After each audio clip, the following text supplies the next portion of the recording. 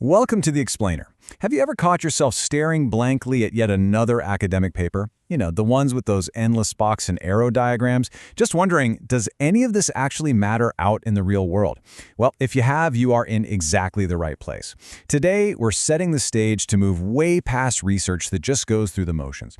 We're diving into a really fantastic editorial from the Journal of Management Studies by Mark Healy and his colleagues. They ask a pretty fundamental question. How do we write research that actually changes the scholarly conversation?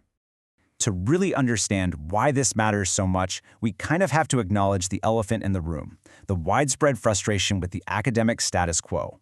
You're probably exhausted by a conservative peer review process that seems to reward just one thing. Yep, incremental gap spotting. Authors hunt for this tiny, barely visible gap in the literature. Maybe they toss in a new mediator or a moderator, and then they fill it. But this total dominance of gap spotting, it completely limits our ability to generate truly interesting, impactful theory. I mean, sure, it feels safe, but honestly, it rarely moves the needle. Okay, let's dive into this. Think of academia like a massive dinner party. Are you just standing in the corner making polite small talk? Tweaking a variable here, filling an incremental gap there? Or are you actually commanding the room with big talk? Are you initiating deep, meaningful conversations about important societal issues? Because if real social problems are totally absent from our research conversations, there's just no way they'll ever be properly understood or addressed. So here's our roadmap for today. First, we'll look at the gap spotting problem. Second, altering existing conversations. Third, diverting to new conversations. And finally, navigating people and politics. Let's get right into Section 1, the gap spotting problem. So the core issue here is what some scholars actually call fetishistic theory. This happens when a new theory is built not by trying to explain real phenomena out there in the sensory world, but just by exploiting these ever-narrowing gaps in existing categories. It completely detaches us from reality. The antidote to this, it's viewing research as a genuine scholarly conversation. This isn't just about passively reading literature and exchanging information. No, true scholarship is an active, ongoing dialogue. It alters participants' opinions, it shifts priorities, and it essentially shapes how scholars see the entire world, which helps us solve pressing societal challenges. Moving on to Section 2, altering existing conversations. If you actually want to change an ongoing dialogue in your field, you generally have three distinct methods in your toolkit. You can deepen the conversation, you can clarify it, or you can question it. Let's break down exactly how this is done using some real examples from the source material. Right, so the first method is deepening. This means enabling a much more detailed conversation about a phenomenon by adding a completely new level of analysis or by uncovering new mechanisms. Take Gregoire and colleagues, for instance. They looked at how entrepreneurs recognize opportunities. Now, that used to be a total black box in the literature. But they deepened the conversation by showing the real-time cognitive mechanisms, specifically structural alignments, that entrepreneurs actually use in their heads.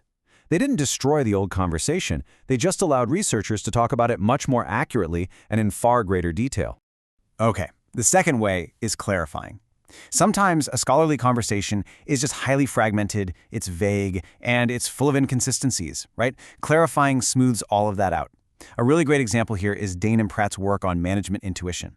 Intuition was such a messy, dispersed concept, but by bringing in advances from psychology and decision sciences, they provided this much-needed unifying perspective. They resolved the tensions, they gave everyone a common frame of reference, and then essentially removed the obstacles, allowing the conversation to flow naturally and even grow into totally new fields. The third method is questioning. Now, this is when you deliberately slow down or maybe even completely halt a conversation by challenging its core taken-for-granted assumptions. Berdahl and colleagues did this absolutely brilliantly. Mainstream approaches to gender inequality just weren't working, so they questioned the fundamental assumption that success determinants in organizations are gender-neutral. By framing work as a masculinity contest culture, they literally forced a necessary reckoning in the field. Questioning requires a high degree of reflexivity, and it forces absolutely everyone to reevaluate what they thought they knew for sure. That brings us to Section 3, diverting to new conversations. So one way to pull attention away is by offering a new angle. Basically, this means providing a totally new perspective to a familiar problem. For decades, the literature on work and family dynamics was completely dominated by a conflict perspective. Focusing on how work and family negatively clash with each other.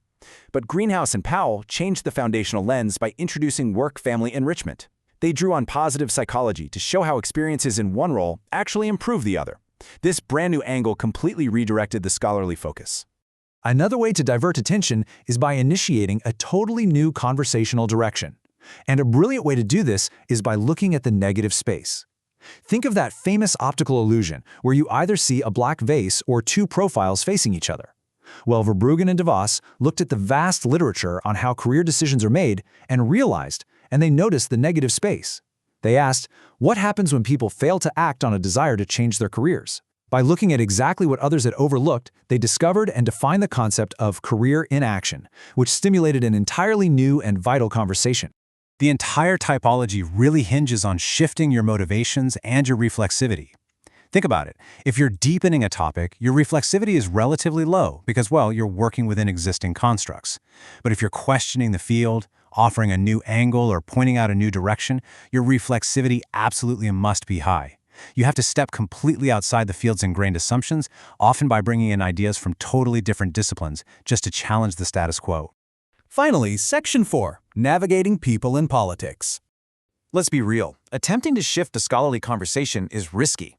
You're essentially challenging the life's work of reviewer 2, who acts as the ultimate gatekeeper to getting published. So, to survive this process, the authors offer some very tactical advice. First, find inspiration by reading broadly outside your discipline. Second, build courage. You absolutely need a non-fragile self-esteem that doesn't just collapse at the first rejection letter. Third, test the waters at casual brown bag sessions. And fourth, navigate those egos. Anticipate reviewer resistance and figure out how to warmly invite entrenched scholars into your new conversation rather than just alienating them entirely. Which brings us to our final thought. The very next time you sit down to design a study or write a paper, you really need to ask yourself, are you just filling a tiny gap? Are you just standing in the corner making polite small talk? Or are you ready to apply a learning mindset, take a real professional risk, and elevate your research to change the conversation and make a genuine societal impact? Because ultimately, the choice is yours. Thanks so much for joining me for this explainer.